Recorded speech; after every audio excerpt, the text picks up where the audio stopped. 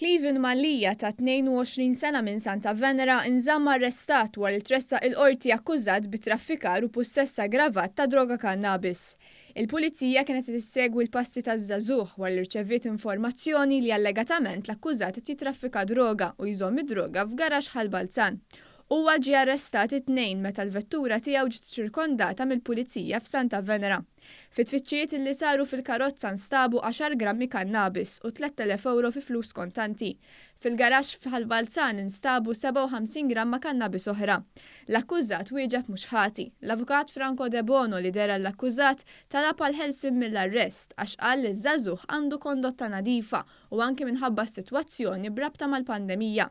Il-Maġistrat Joseph Mifsud reġa' qal li l-faċilitajiet fil-lokab tal-qorti jinsabu fi stat tajjeb fejn bħalissa minħabba l-imxija l-akkużati qegħdin jagħmlu 15-il ġurnata kwarantina qabel jittieħdu fil-faċilità korrettiva ta' Kordin.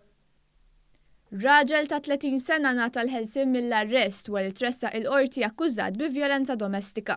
Fil-qorti ħareġ li s-sibt fil-għaxija r-raġel kellu argument mal-mara u mar jagħmel storbju barra d-dar tal-kunjatu fejn kienet qed tgħix il-mara.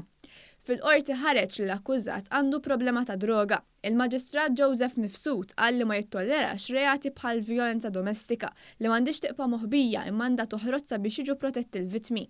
Jien ħanejnek kemm hemm bżonn, issa importanti li intejnilek innifsek, qal il-Maġistrat Mifsud, li fisser kif hawn ħafna mezzi biex toħroġ mill-vizzju ta' droga u fisser kif fil-ħabs inqatet il-problema ta' droga. Bl-akkużat ammetta l-akkużi u laqa l-għajnuna tal-qorti. Inħarġet ukoll ordni ta' protezzjoni fil-konfront tal-mara.